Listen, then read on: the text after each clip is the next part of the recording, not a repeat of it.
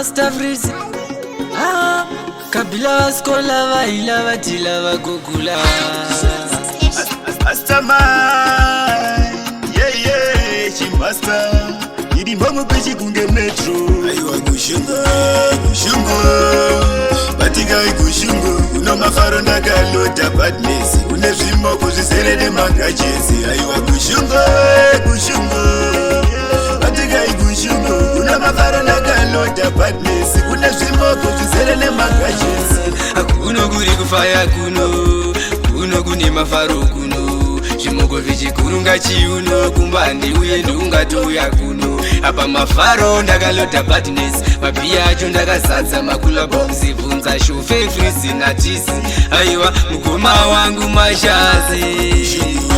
Kushungo, batiga kushungo. Uno mafaro ndakalota badness. Une zvimoko zvisere nemakajezi. Aiwa kushungo,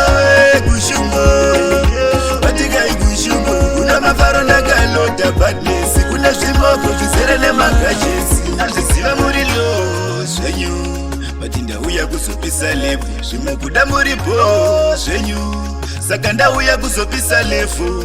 Musangogarira makula muchisiya zvimukati. Makuvhunduka mandipa kunwere pakati. Ndezvengoma izvi kungotsvaga pane makwati.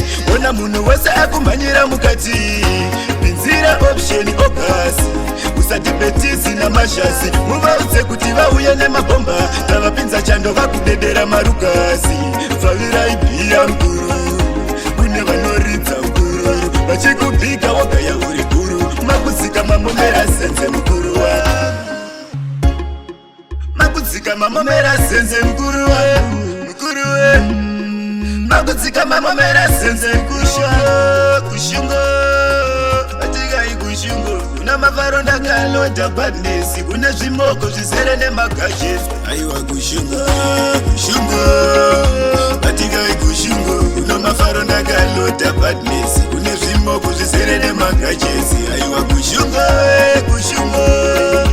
batiga kushungo. Una mafaro ndakalota badness. Une zvimoko zvisere nemakajezi. Kalevyo mbawaini kanondipapo. Ndakabata makaso malebo masafa. Ugundichi waini saga obo wasikana sakandati. Batiga kushungo.